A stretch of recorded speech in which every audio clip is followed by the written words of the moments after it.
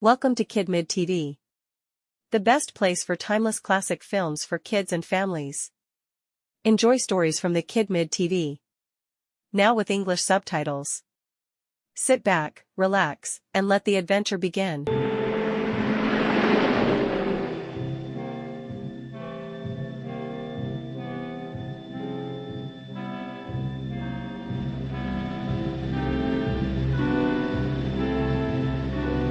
Well, here we are. I turned down here at the next block.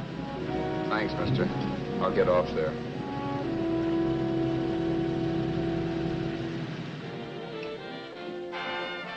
Want anything else? No.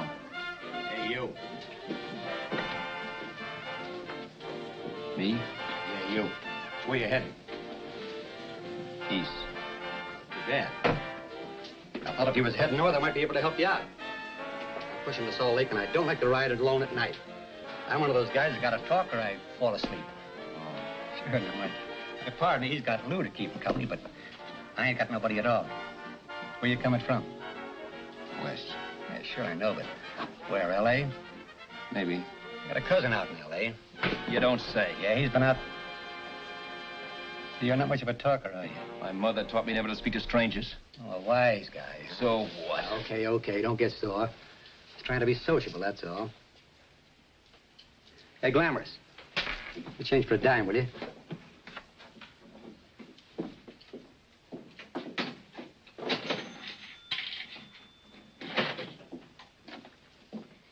Let's have something quieter this time, Joe. My head's splitting. Is that what's wrong with it? Done with your coffee?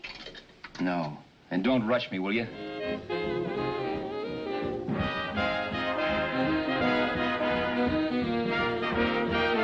Hey, turn that off. Will you turn that thing off? What's eating you now? Yeah, what's eating you? That music, it stinks. Oh, you don't like it, huh? No, turn it off. Oh, wait a minute, pal. That was my nickel, see? This is a free country. And I play whatever I want to. Okay. Sure. And if you don't like it, you don't have to listen to it. And you can leave here anytime you want to. Okay. I'm sorry I asked. First good piece played tonight and you don't like it. Some people just ain't got any good taste.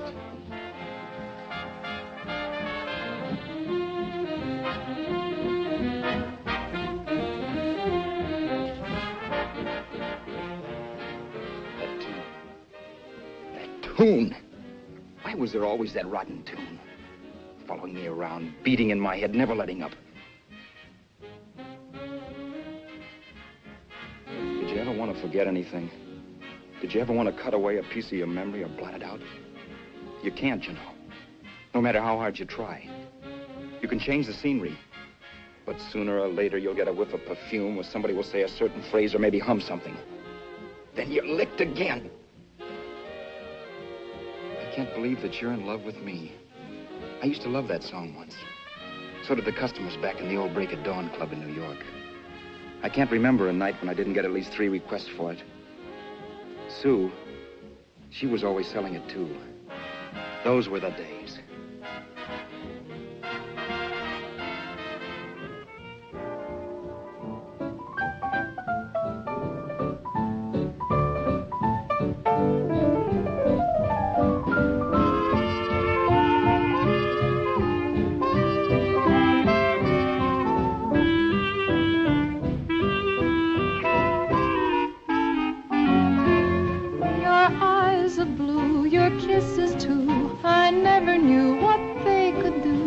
I can't believe that you're in love with me.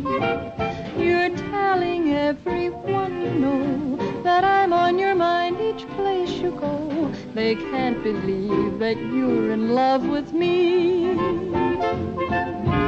I have always placed you far above me.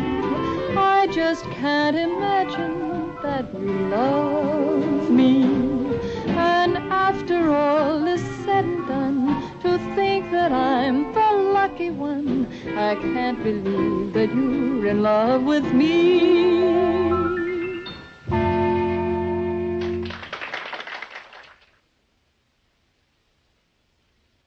It wasn't much of a club, really.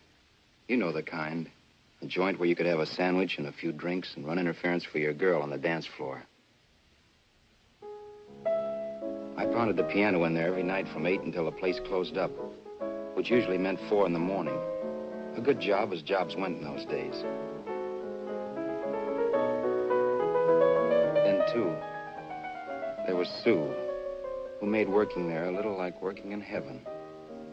But how we felt about each other, well, there was nothing very unusual in that. I was an ordinary healthy guy, and she was an ordinary healthy girl, and when you add those two together, you get an ordinary healthy romance, which is the old story. Sure, but somehow, the most wonderful thing in the world.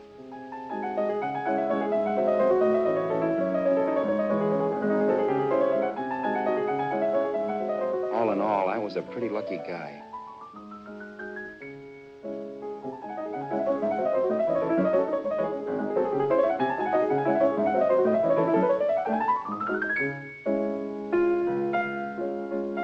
Mr. Paderewski, I presume. It's beautiful. You're going to make Carnegie Hall yet, Al? Yeah, as a janitor. I'll make my debut in the basement. I don't blame you for being bitter, darling, but you mustn't give up hope. Why, someday... Yeah, someday. If I don't get arthritis first. In the meantime, let's blow this trap.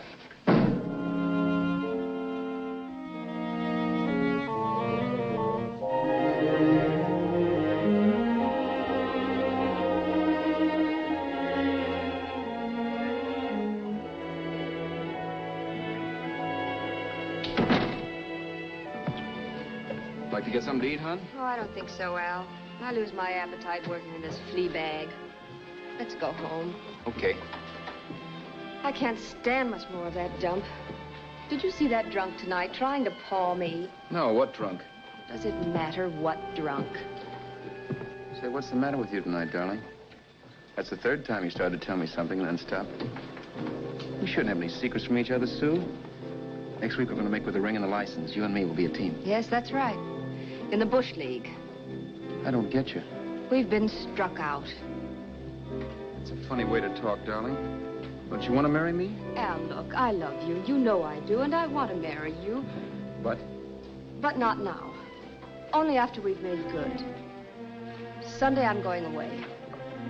Oh, I know you'll think it's silly. That's why I hesitated to tell you. But I'm going to California. I want to try my luck in Hollywood. That's the most stupid thing I ever heard of. Don't you know millions of people go out there every year and wind up polishing cuspidors? I thought you had better sense. You sound as if you don't think I have any talent. That has nothing to do with it. I'll make out all right. Maybe. But what about me? Doesn't it mean anything to you that you're busting up all our plans? We may not see each other for years? It won't be that long. I thought you loved me. I do. You know I do. Well, here we are. Al. Al, why can't you see my side of it? I'm young. We both are, and we've got all the time in the world to settle down. Really, darling, what I'm doing is the only sane thing to do. I hate the thought of being so far away from you, but we'll be together again someday. Maybe you'll decide to come out too later on. So long. Al, aren't you going to kiss me goodnight? Sure. Why not? Good night.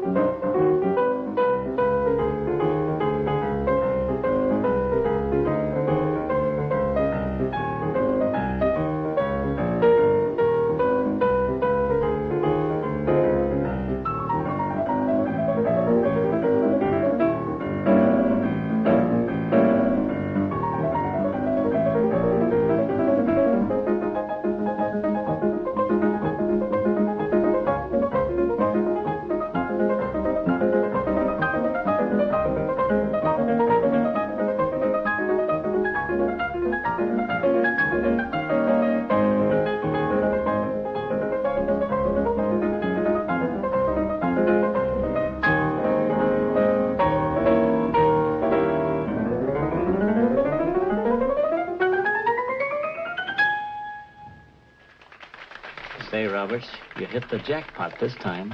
$10. Thanks.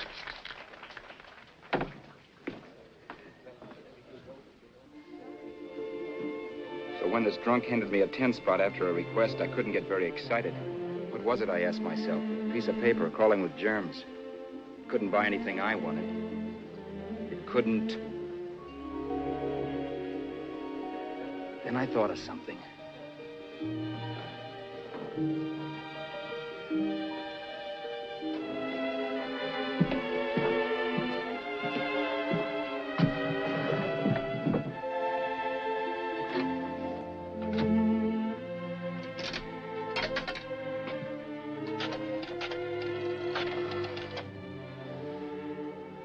Long distance. I'd like to put a call through to Los Angeles. Miss Harvey. Sue Harvey, Harvey. The number is Crestview 65723.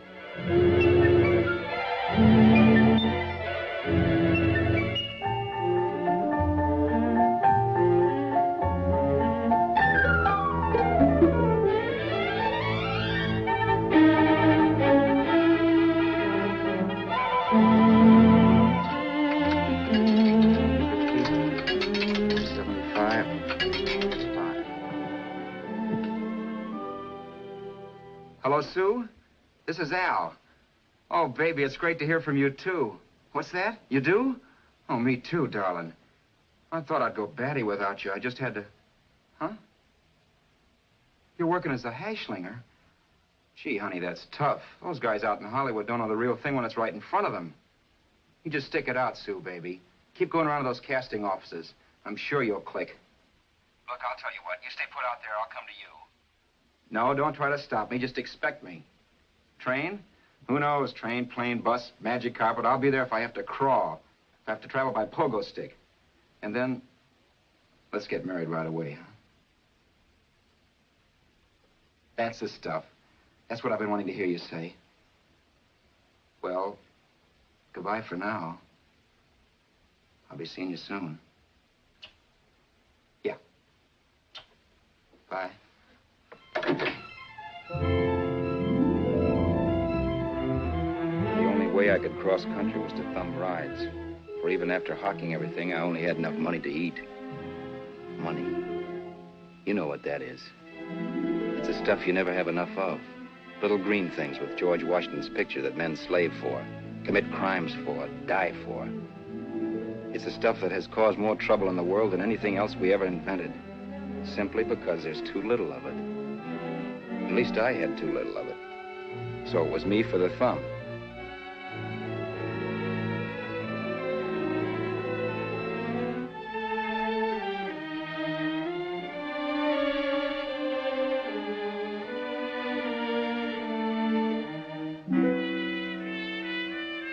Ever done any hitchhiking?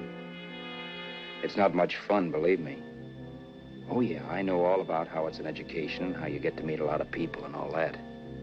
But me, from now on, I'll take my education in college or in PS 62, or I'll send $1.98 in stamps for 10 easy lessons.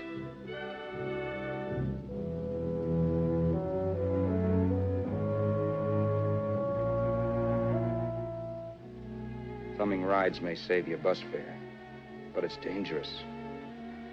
You never know what's in store for you when you hear the squeal of brakes. If only I had known what I was getting into that day in Arizona. Here, throw that in the back seat. Okay, let's go. Make sure that door's closed.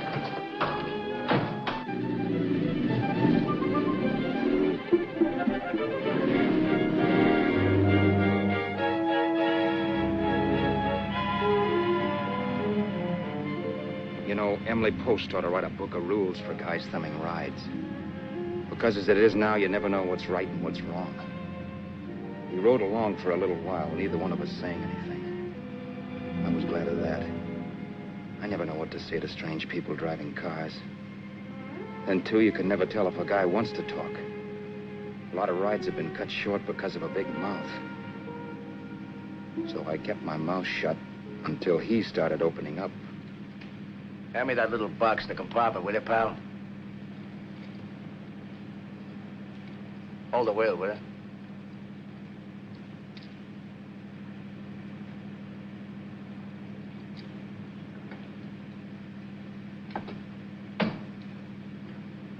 How far are you going? L.A. Well, you're really traveling, aren't you? Yeah, but I don't expect to make it for a couple of years at the rate I've been promoting rides. Not much luck, huh? Sure, all bad. Not many people stop for a guy these days. Afraid of a stick-up, maybe. Well, you can't blame him. Where you coming from? New York? Well, New York. You're in luck this time. I'm going all the way. Right through to Los Angeles. You drive a car? Sure. Whenever you're tired, let me know. I'll holler. I guess at least an hour passed before I noticed those deep scratches in his right hand. They were wicked. 3 puffy red lines about 1/4 of an inch apart. He must have seen me looking at them because he said, Beauties, aren't they? They're gonna be scars someday. What an animal. Whatever it was, it must have been pretty big and vicious to have done that. Right on both counts, New York. I was tussling with the most dangerous animal in the world. A woman. She must have been Tarzan's mate. Looks like you lost the bob. Certainly wasn't a draw. You know, there ought to be a law against dames with claws. Yeah. I tossed her out of the car in her ear. Was I wrong? Give a lift to a tomato, you expect her to be nice, don't you? Yeah. After all, what kind of dame son rides? Sunday school teachers? Yeah. A little witch. She must have thought she was riding with some fall guy. And me, who's been booking horses around racetracks since I was 20. I've known a million dames like her. 2 million. Yeah. Stopped the car, opened the door. Take it on the Arthur Duffy sister, I told her. That's the stuff. As I was done, huh? But if you want to see a real scar, brother, get a load of this. What? I got that one, Julie. Dooley? Yeah, we're just kidding, of course. My dad owned a couple of Franco-Prussian sabers. Kept them on the wall for decorations. Well, one day, another kid and I took them down when the old man wasn't around. Had a duel. He got me in the arm here. Pretty mean cut. Infection set in later. Yeah, I can see that.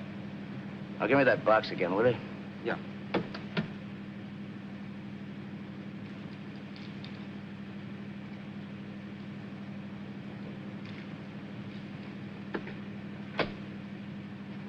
Pain made me lose my head, I guess. Began slashing. Before I knew it, I'd put the other kid's eye out. That was tough. Well, it was just an accident, of course. But you know how kids are. I got scared, decided I was going to run away from home. Old man almost caught me when I was packing my duds. The bloody rag I had wrapped around my wrist hadn't caught his attention. You've seen the bundle for sure. But I beat it when he was phoning for a doctor. That was 15, 16 years ago. I haven't been home since. Pull in there for a bite or something, huh? a bite or something. Brother, was I hungry. I hadn't had anything in my stomach for hours. Yet even with that gnawing in the pit of my belly, I didn't want to be in too big a rush to put on the feed bag. First, I had to make sure this guy knew the score. If I got him down on me, it was goodbye ticket to Hollywood. I'll wait out here for you, mister. If it's the money, don't worry about paying for it. This time it's on me. Well, that's white of you, Mr. Haskell, think nothing of it. You make your first million, maybe you can do the same for me. Come on, New York. I gotta make the West Coast by Wednesday. There's a horse running at Santa Anita named Paradicycle. Means dough to me if I'm on him. We'll make it all right. He did most of the talking during the half hour we were in the place. I ate. He rambled on about his old man, whom we hadn't heard from since he ran away as a kid. And how he happened to become a bookie. And then all about how he got rooked in Miami. One race, 38 grand. They cleaned out my book. How do you like that? That was tough luck. Yeah, and I'm supposed to be the smart guy. Well, you just wait. I'm going back to Florida next season with all kinds of jack. And you watch those stinkers run for cover. Want anything else?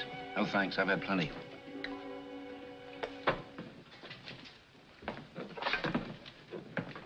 Got a check there, sister? Oh, just a minute. Your change, sir. Keep it, sister. Oh, thank you, sir. Call again. I'll be waiting outside for you when you finish work. Sharp check, huh?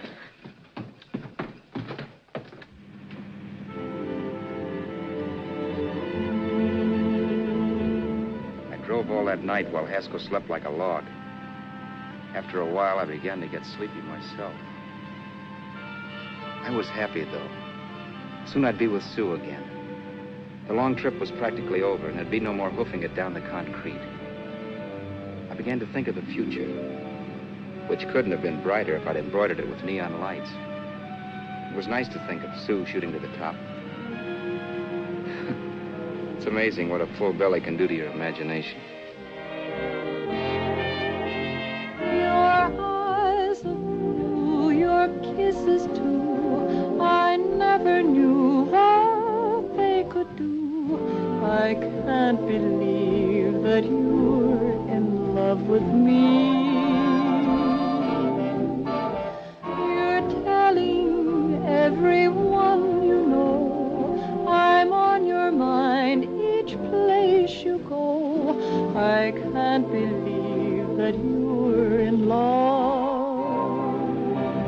with me.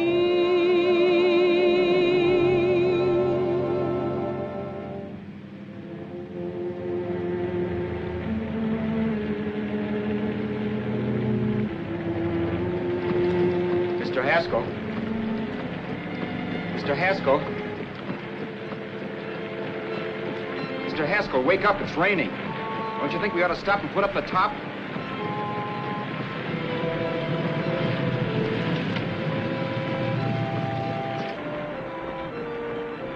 Mr. Haskell, I'm going to put up the top.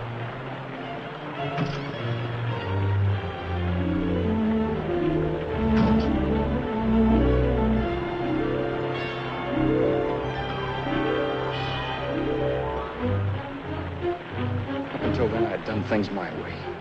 But from then on, something else stepped in and shunted me off to a different destination than the one I had picked for myself. For when I pulled open that door... Mr. Haskell, what's the matter? Are you hurt? Are you hurt, Mr. Haskell? Start yourself. What else was there to do but hide the body and get away in the car? I couldn't leave the car there with him in the gully. That would be like erecting a tombstone.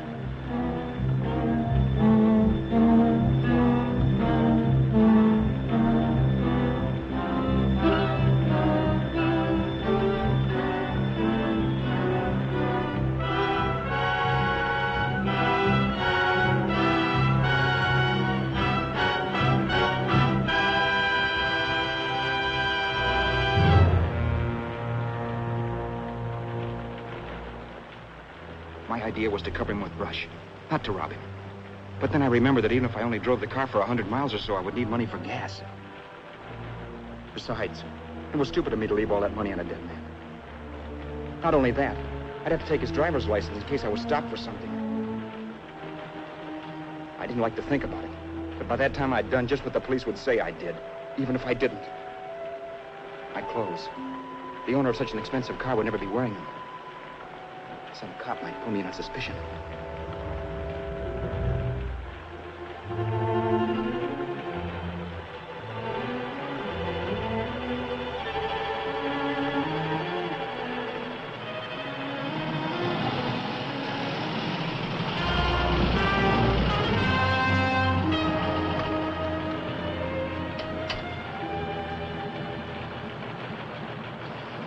Hey, you, this your car?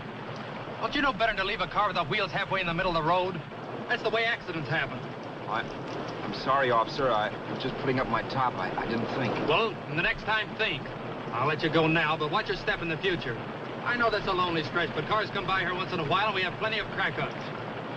Thanks, officer.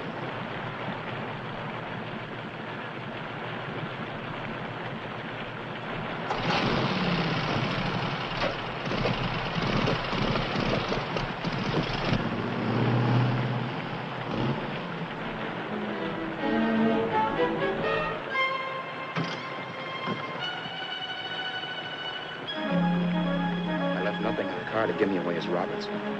If they found a dead man in the gully now, it would be me.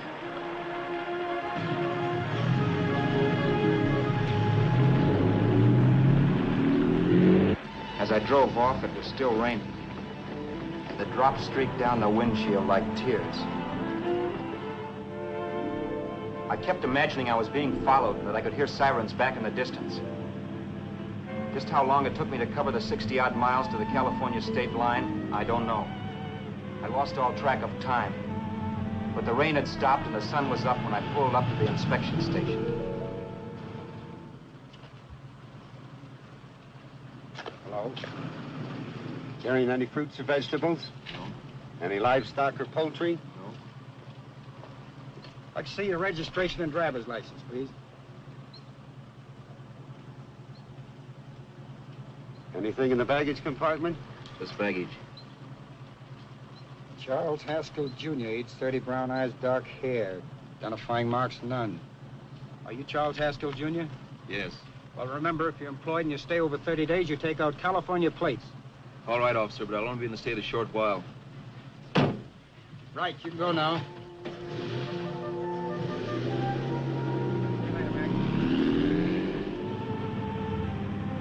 I couldn't drive any farther without some sleep. Cops or no cops, I knew I had to hit the hay and hit it hard.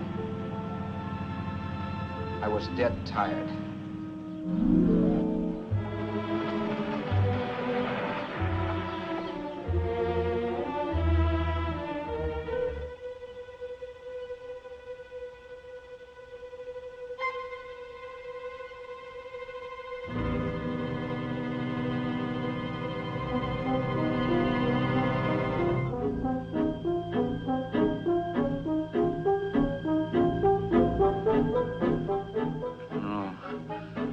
No, you can't, Mr. Haskell.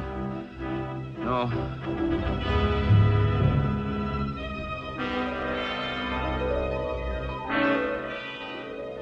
Mr. Haskell, you can't die. Don't think I did it. No, Mr. Haskell. No. No.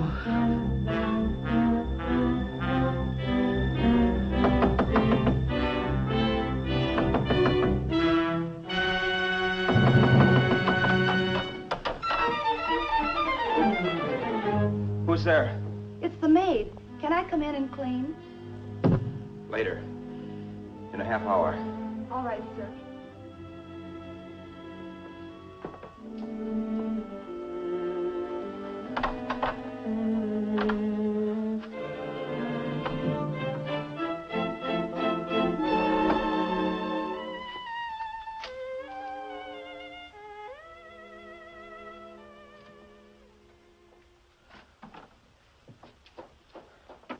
There was no time to lose. Every minute I had to be Charles Haskell was dangerous. And I'd have to be Charles Haskell until I got to some city where I could leave the car and be swallowed up.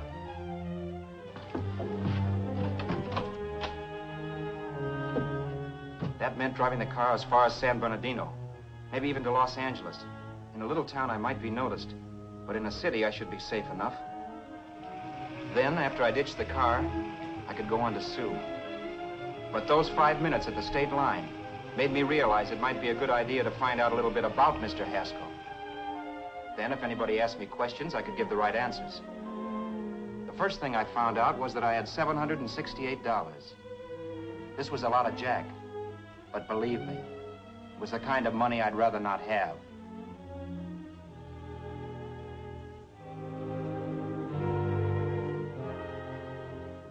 And then I found out from a letter Haskell was carting around in his bag that he wasn't the open-handed, easygoing big shot who went around buying dinners for strange hitchhikers. Before I got done reading it, I saw him more as a chiseler. It was written to his old man in California, the one he hadn't seen in so many years. In it, Haskell posed as a salesman of hymnals, of all things. It was easy to see where Haskell expected to raise a new stake for his book in Miami by rooking his old man. That was about all I found out from his effects, and it was enough. I told myself, maybe old man Haskell was lucky his son kicked off. He would never know it, but it saved him from taking a flyer in Sacred Literature Preferred.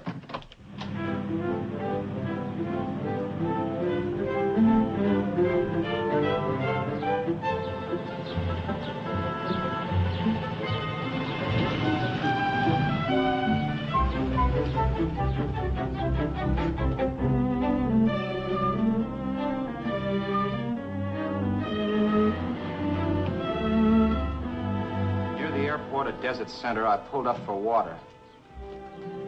There was a woman. Hey, you! Come on if you want to ride.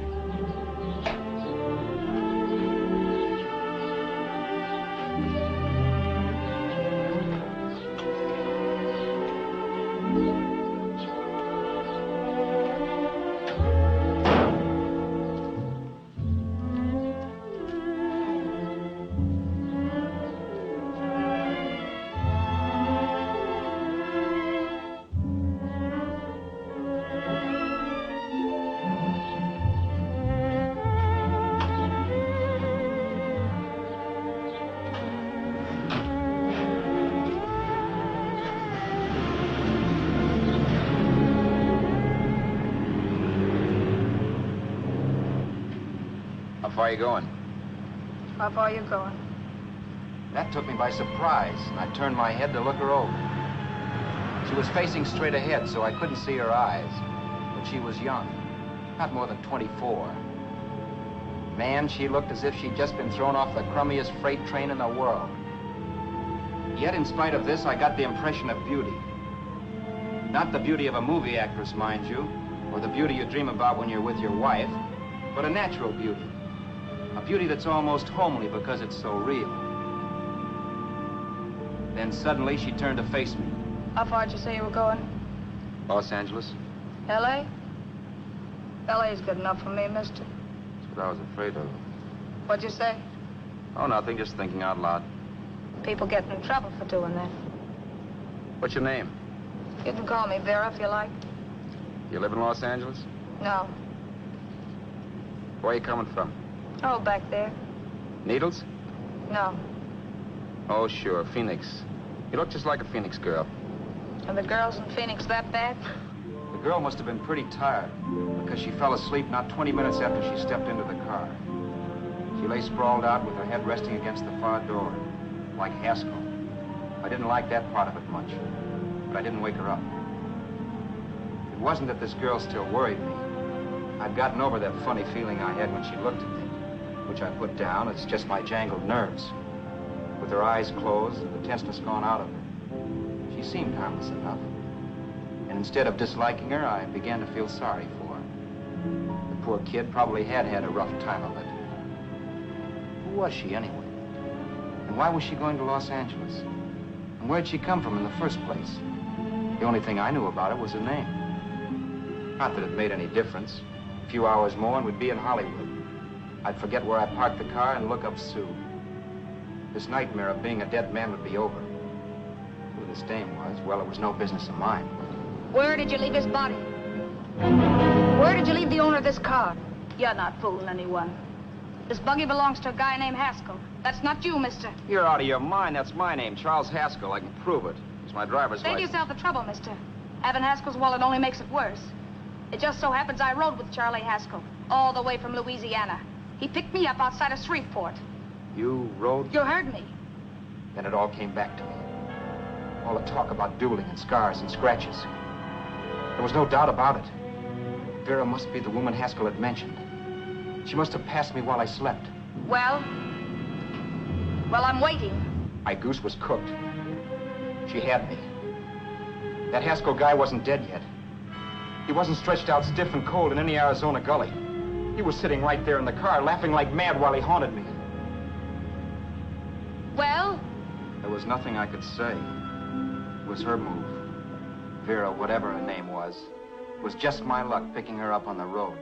It couldn't have been Helen, or Mary, or Evelyn, or Ruth. It had to be the very last person I should ever have met. That's life. Whichever way you turn, fate sticks out a foot to trip you.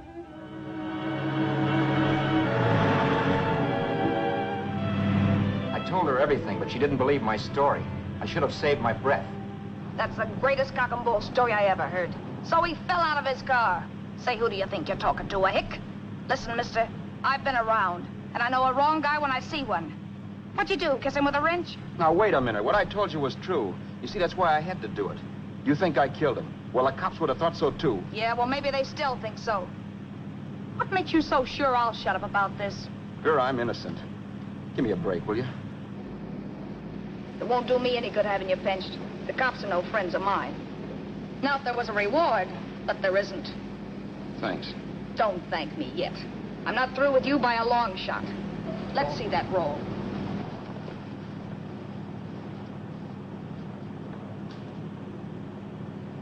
Is that all Haskell had? Isn't it enough? No, I thought he had more.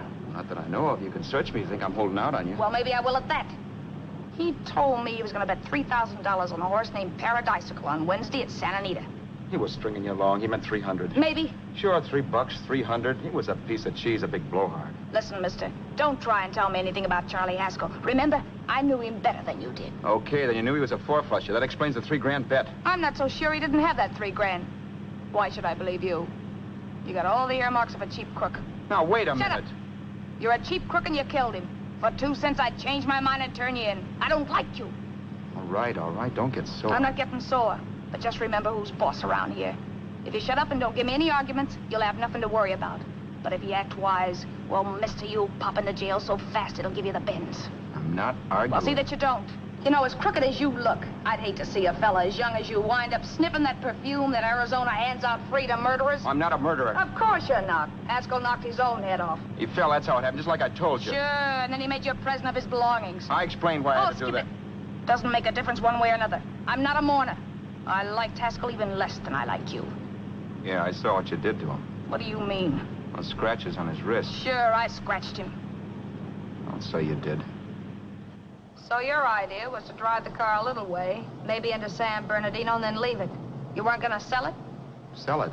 You think I'm crazy? Somebody else's car? See, all I want to do is leave it somewhere and forget I ever saw it. Not only don't you have any scruples, you don't have any brains. I don't get you. Maybe it's a good thing you met me. You'd have got yourself caught, sure. Why, you dope. Don't you know a deserted automobile always rates an investigation? Huh? Look, the cops find a car. Then they get curious. They wonder where the owner is. So, all right, they don't trace Haskell. They trace you. I never thought of that. The only safe way to get rid of the car is to sell it to a dealer. Get it registered under a new name. Say, stop at the next store. I want to get a bottle and do some shopping before we hit L.A. Okay. As soon as we find a place, I'll drop you off and pick you up later. Nothing doing. You're coming in, too. From now on, you and I are like the Siamese twins. Have it your way, but I don't get the point. The point is, I don't want you to get lost. I'm not going to beat it if that's what you're afraid of. I'll say you're not. Well, I'm going to see that you sell this car so you don't get caught. Thanks. Of course, your interest wouldn't be financial, would it? You would want a small percentage of the profits. Well, now that you insist, how can I refuse? 100% will do. Fine. I'm relieved. I thought for a moment you were going to take it all. I don't want to be a hog. A few hours later, we were in Hollywood. I was recognizing places Sue had written about. It struck me that far from being at the end of the trip, there was a greater distance between Sue and me than when I started out. Vera wasn't kidding with that Siamese twins crack. She rented a little apartment as Mrs. Charles Haskell. When I objected to this, she explained that it was on account of the car. A dealer might think something was funny if he called and found we were using different names.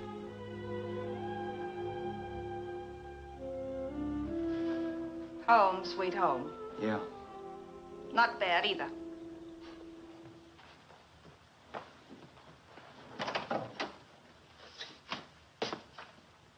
In case there's any doubt in your mind, I'll take the bedroom. Yeah. Sure is stuffy in here.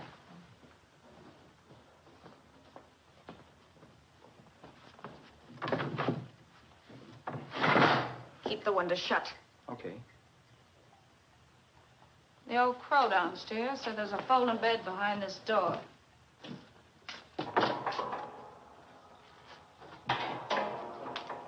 You know how to work it? I invented it. Some joint. One can't have everything.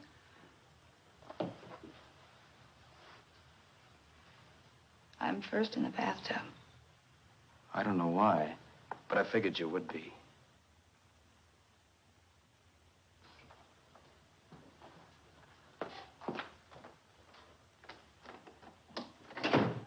Boy, oh boy. It sure feels good to be clean again. I must be 10 pounds lighter. You must be.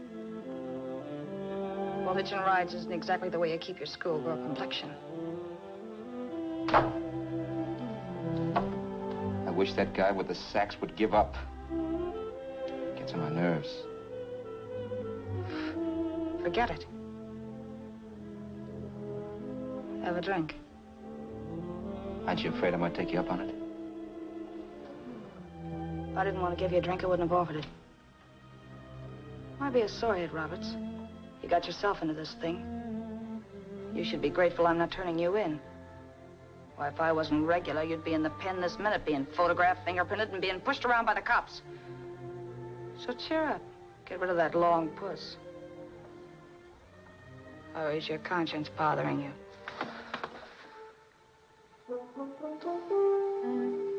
No. It isn't. Swell. That's the spirit. He's dead and no woman around to bring him back. Anyway, I never could understand this worrying about something that's over and done with. Now, look, Vera, for the last time, I didn't kill him. Haskell was a sick man. Maybe he was dead before he fell out of the car. I don't know. Sure. He died of old age. All right. So if it'll make you sociable, you didn't kill him.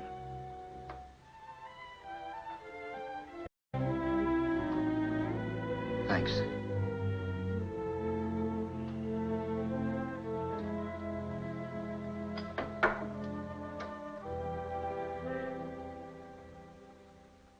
We're out of liquor, Roberts.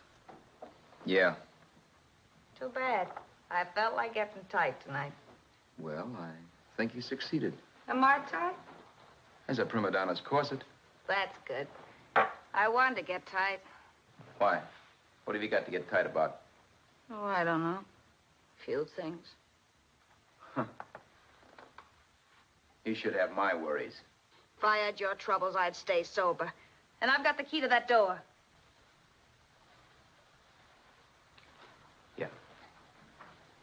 Maybe you're right. I'm always right. You know, I don't like your attitude, Roberts. Well, there's a lot of things I don't like. Sure. But life's like a ball game. You gotta take a swing at whatever comes along before you wake up and find it's a ninth inning. I bet you read that somewhere. That's the trouble with you, Roberts. All you do is bellyache. Instead of taking it easy and, well, trying to make the best of things. But maybe that's what's wrong with the whole world. Get the professor. People knock themselves out trying to buck fate. Now, take you, for instance. You're lucky to be alive. Why, suppose Haskell had pulled open your door. You'd be playing a harp now. Think of that. You think of it. I'm tired of thinking. There's plenty of people dying this minute. I would give anything to trade places with you. I know what I'm talking about. I'm not so sure. At least they know they're done for. They don't have to sweat blood wondering if they are. Your philosophy stinks, pal. We all know we're going to kick off someday. It's only a question of when. But what's got us on this subject anyway? We'll be discussing politics next. Yeah. Where'd you hide the butts? On the table, sucker.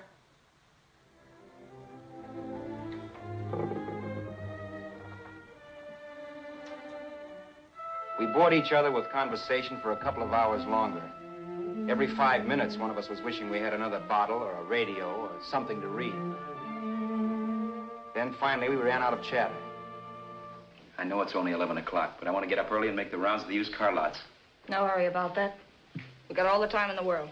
Maybe you have, but if you think I want to stay cooped up in this place any longer than I have to, you're batty. It's not a bad place. Pay plenty for diggings like this in New York. I wouldn't like it if it was the Ritz.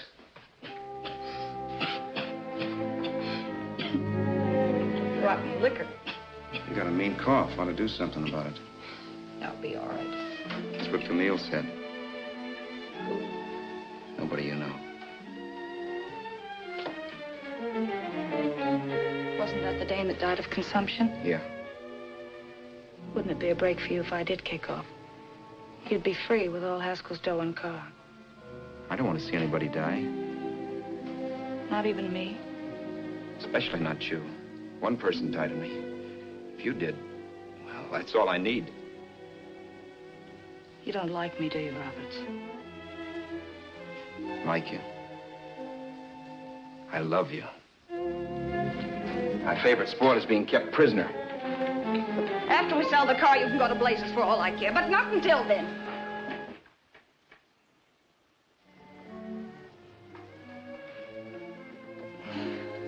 I'm going to bed.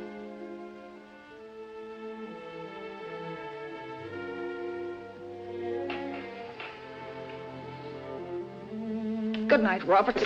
Don't try and sneak away during the night. All the doors are locked. Anyway, if I find you gone in the morning, I'll notify the police. They'll pick you up. Don't worry, I know when I'm in a spot. Well, good night. I hope that portable rack isn't too uncomfortable for you. Don't lose any sleep over it, will you, Vera?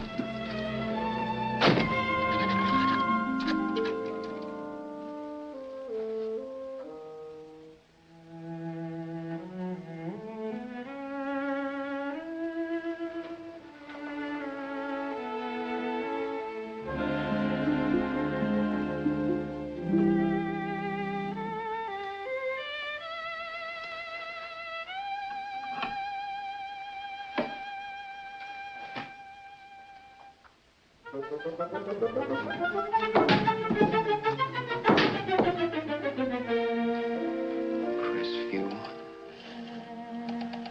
6, 5, 7, 2, 3. Hello? Hello? Hello? Hello?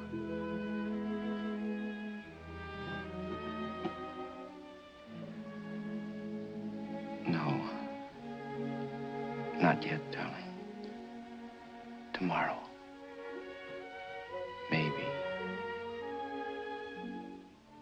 If this were fiction, I would fall in love with Vera, marry her, and make a respectable woman of her. Or else she'd make some supreme Class A sacrifice for me and die. Sue and I would bawl a little over her grave and make some crack about there's good in all of us. But Vera, unfortunately, was just as rotten in the morning as she'd been the night before. All right, I'm coming. Look, Vera, it's almost noon.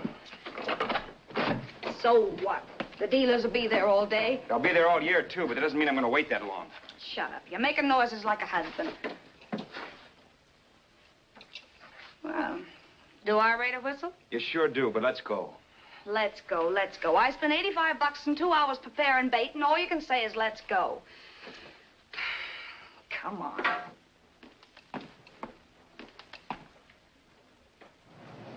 We passed a few used car lots last night down this way. What do you think we can get for this heap? I don't know. Plenty. You just let me handle everything.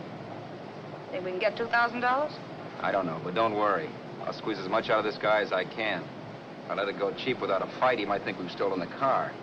And listen, don't make any slips and call me Roberts. That'll cook us. I don't need you to tell me that. You better just sit by and keep your mouth closed. Remember, we're both in the soup if anything happens. Forget it and drive. You're my wife, Vera Haskell. Look, after the deal's closed, let's go back to that place on Hollywood Boulevard where I saw the fur jacket. I want to buy it. After the deal's closed, I'm saying goodbye to you. That's right, I forgot. I guess I'm getting kind of used to you. Well, that's a habit you could start breaking. Let's try this place in the middle of the block.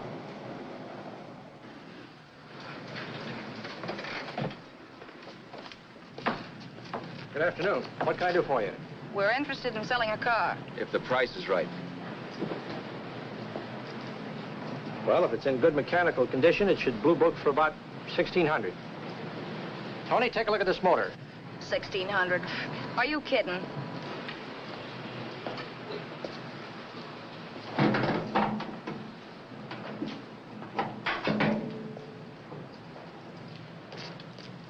Well, maybe $1,850.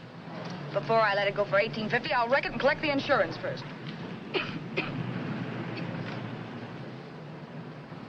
Lately, this motor's seen a lot of driving.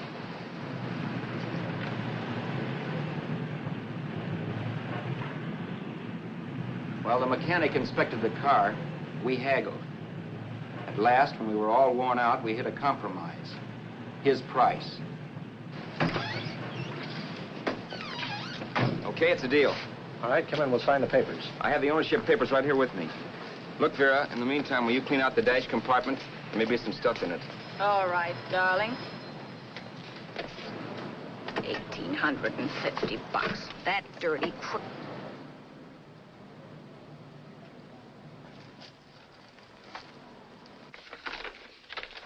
In New York, huh? Yeah. But you bought the car in Miami? Yeah. Well, now let's see about the insurance. We can either have it transferred or canceled. What kind of insurance do you have, Mr. Haskell? Well, aren't all the papers there? I don't see any. Surely you know what type of insurance you carry in the car. The name of the company? Yeah, but, Well, if you'll just tell me the name of the company, I'd be very glad to take care of all the details. well, Did you sign the papers yet? not yet. Well, don't. We're not selling the car. Oh, wait a minute, Miss Haskell. Come on, darling. What's the matter? You changed your mind?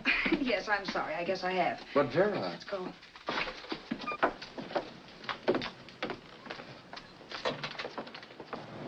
You got me out of a tight spot, Vera.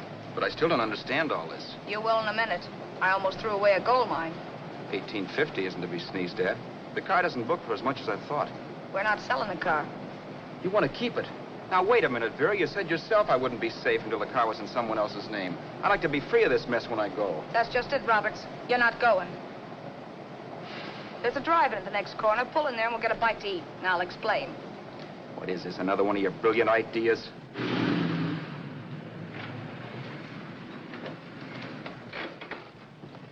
Oh, may I take your order? Make mine a ham sandwich and coffee. And for you, sir? Oh, I don't care. The same. Thank you.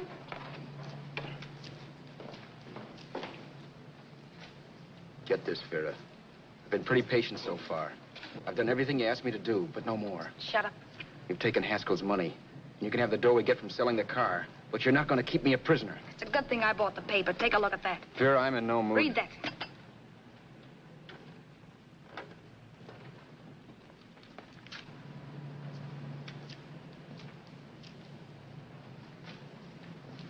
No. Yes. No, I won't do it. Yes, you will. You think I'm crazy? It's impossible, I tell you.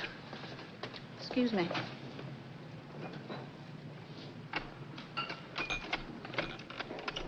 Blow the horn when you're through. No one could possibly get away with an act like that. It'd be wise to me in a minute. Don't be yellow. You look enough like him. The same coloring and the same build. See how his clothes fit you? No kidding, you almost had me fooled for a while. Oh, grow up, Vera. Don't you think a father knows his own son? And there must be other relatives. The father won't have to know you. We'll wait till he gives up the ghost. He's an old geezer and he won't pull through. And as far as other relatives are concerned, they haven't seen you in 15 or 20 years. Eat. I'm not hungry. And I won't do it. It's not as tough as it sounds. Remember, you've got all kinds of identification. His car, letters, license. I could never get away with it. It's the stupidest thing I've ever heard. The old boy has scads of dough. Look in the paper there. Personal fortune assessed at over 15 million. He'll leave plenty, I tell you. Maybe he cut off his son. How do we know? It's out, Vera. I won't have anything to do with it. I think you will. Look, Vera, I'll do anything within reason. But not that. So forget it. Find yourself another stooge. You sap. You'll be fixed for the rest of your life as Charlie Haskell. You can take your inheritance and go away. No more worrying about the rent, no sweating, scheming, wondering where your next meal's coming from. Think about that, Roberts. Vera, please, you're talking too loud. On this, I'm splitting 50-50 with you. Sure, why not? We're both alike, both born in the same gutter. Now, take it easy, Vera. There's people around here. You don't know what you're talking about. We'll wait till we read that old man Haskell's dead. And you show up. Like you read in New York that he was sick. No. Suppose he doesn't die. He will. I know he will. Something tells me. But as much as I insisted I would have no part of her scheme, Vera was taking it for granted I would. Neither of us had our mind on the cards as we played that night. I knew we were just trying to kill time between newspaper editions. This was a death watch for Vera. Maybe it was for me, too. Don't you realize if I'm caught, they'll want to know where I got the car and stuff, and they'll have me on a murder charge. If you're smart, you won't get caught. I knocked with 7. And if I'm caught, don't you realize you'll be out, too? 18 points. That gives me 30. How will I be out? You'll be out $1,850 we would have gotten on the car. Really, Vera, you'd be an awful chump if you threw away all that dough on a dizzy long shot. Let me sell the bus tomorrow. With the money it'll bring and what you've already got, a clever kid like you can run it up in no time. Then we'd both be in the clear. I'll be in the clear anyway. Maybe. Maybe. But if I got caught, I'd get good and sore at you, you know. You mean you'd squeal? Oh, no, not squeal exactly. Never mind what you meant. Even if you did tell the cops I was in on it with you, what could they do to me? They might give me the same medicine they gave you. Yeah. A rope. But I'm on my way anyhow. All they'll be doing will be rushing it. All right. But think of the 1850 you'd lose. You'd kick yourself along the block if you ever let it get away from you. I'll take the chance. Want another drink? You're being a goon. That's the way people wind up behind the 8-ball. Once they get a few dollars, they become greedy and want more. My. Caesar. Who? You know that Roman general? He got his for being greedy. He wasn't satisfied, so the final wind-up was he took the count. A couple of days ago, you didn't have a dime. Why, you were so broke you couldn't pay cash for a postage stamp. Now you've got almost $700 with $18.50 in the offing. Take my advice. Don't try for more. I'm tired of this game. Let's have some blackjack. Play solitaire. Okay, I will if that's the way you feel about it. That's the way I feel about it. Getting sore and throwing things won't help much, Roberts. I'm really doing you a favor. I help you out of a jam by keeping my mouth shut. I show you how to make some soft money. And what thanks do I get? Thanks. Sure. Or would you rather call the cops and told him you killed a man and stole his money? I didn't kill anybody. Yes, you did. No, I didn't. You know I didn't. All right, then. Suppose I call the cops. If you're innocent, what do you got to be scared of? Okay. Call them, you mutt. Go ahead and call them. See if I care. At least they'll give me a square deal. You want me to call them? You heard me. But I'm warning you. If I'm pinched, I'll swear you were in on it. I'll say that you helped me. If I fry, I'll get even with you. You wouldn't dare. You're kidding. Yeah? Then try it and see. Call them. Yeah. Okay, I will.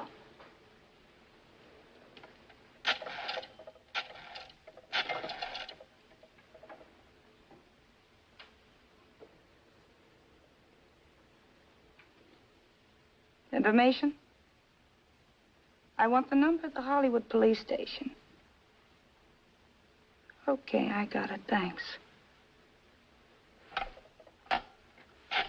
Wait a minute, Vera. You wouldn't do that. Oh, wouldn't I? Give me that and I'll show you if I would. Take it easy now. Let's talk this over. This was early in the evening, and the conversation, while hectic, was at least pitched low. But as the minutes passed, and more obstacles to her plan popped into my head, the air got blue. Each word coming from our lips cracked like a whip. I reminded her that as Charles Haskell, I didn't even know my mother's name, where I'd gone to school, the name of my best friend, whether I had an Aunt Emma or not, my religion, and if I'd ever owned a dog. I didn't even know what my middle initial stood for. I also pointed out that the real Haskell had a scar on his forearm. His people never saw that scar. He told me he ran away right after putting out the kid's eye. Yeah, but his father knew he was cut. It'd have to be some kind of a mark. So what? The old man's dead, or will be. I hope by tomorrow morning's papers. Anyway, you could cut yourself a little, couldn't you? Boy, for that kind of dough, I'd let you cut my leg off. You're drunk and you're crazy mad, Vera. Turn me in if you want to, but I won't get mixed up in this. Besides, how do we know? Haskell was such a phony. Maybe he wasn't the man's son at all. Maybe he just dreamed it up. Well, dream it or not, you won't be dreaming when the law taps you on the shoulder. There's a cute little gas chamber waiting for you, Roberts. And I hear extradition to Arizona's a cinch. Where's that phone? Vera! Leave me alone. Vera! Here. I want a phone. Call police. I hate you yellow stinker. You leave me alone. I'll let you alone when you promise to leave the phone where it is. You're drunk. You don't know what you're doing. You're hurting me. Will you promise? All right.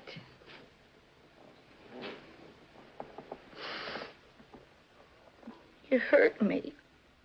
I'm sorry, but... And it's hot in here. Open up a window. It's not hot. Don't tell me. Now, do you do it or do I do it? You're no gentleman, see? Yeah. All right. I'll open up the window. Vera!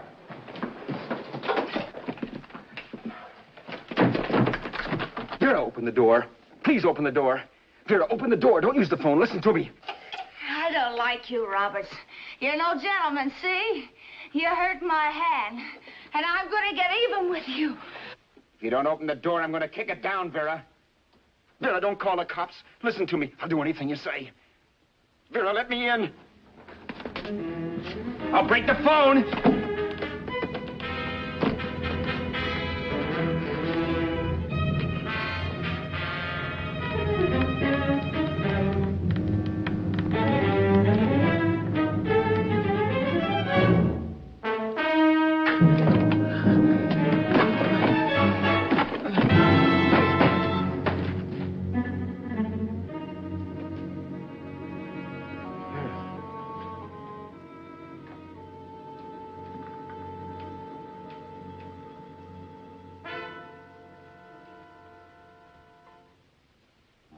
The world is full of skeptics. I know. I'm one myself. In the Haskell business, how many of you would believe he fell out of the car? And now, after killing Vera without really meaning to do it, how many of you would believe it wasn't premeditated? In a jury room, every last man of you would go down shouting that she had me over a barrel and my only out was force. The room was still. So quiet that for a while I wondered if I had suddenly gone deaf. It was pure fear, of course. And I was hysterical. But without making a sound. Vera was dead. And I was her murderer. Murderer. What an awful word that is. But I'd become one. I'd better not get caught. What evidence there was around the place had to be destroyed. And from the looks of things, there was plenty. Looking around the room at things we'd bought was like looking into the faces of 100 people who'd seen us together and who remembered me. This was the kind of testimony I couldn't rub out. No. I could burn clothes and hide bottles for the next 5 years. There'd always be witnesses. The landlady, for one. She could identify me. The car dealer, the waitress in the drive-in, the girl in the dress shop, and that guy in the liquor store. They could all identify me. I was cooked. Done for. I had to get out of there. While once I'd remained beside a dead body, planning carefully how to avoid being accused of killing him, this time I couldn't. This time I was guilty. I knew it. Felt it. I was like a guy suffering from shock. Things were whirling around in my head. I couldn't make myself think right. All I could think of was the guy with the saxophone and what he was playing. It wasn't a love song anymore. It was a dirge.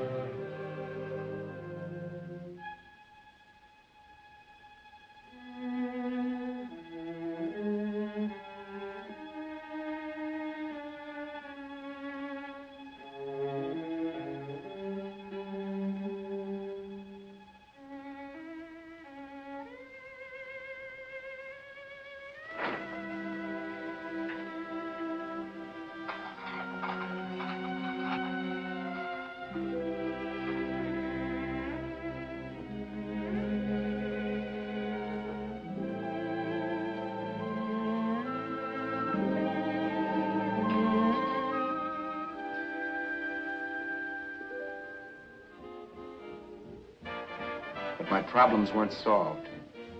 I had to stay away from New York for all time because Al Roberts was listed as dead and had to stay dead. And I could never go back to Hollywood. Someone might recognize me as Haskell. Then, too, there was Sue. I could never go to her with a thing like this hanging over my head. All I could do was pray she'd be happy.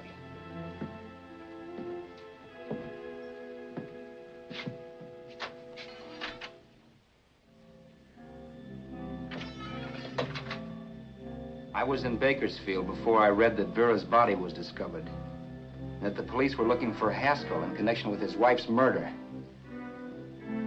Isn't that a laugh? Haskell got me into this mess, and Haskell was getting me out of it. The police were searching for a dead man. I keep trying to forget what happened, and wonder what my life might have been if that car of Haskell's hadn't stopped. But one thing I don't have to wonder about. I know. Someday a car will stop to pick me up that I never thumbed.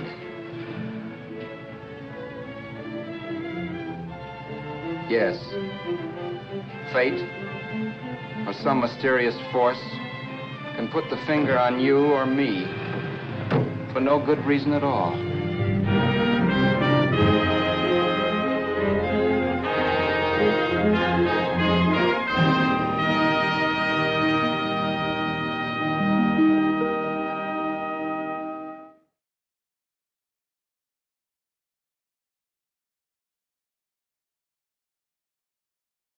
Thanks for watching Kid Mid TV.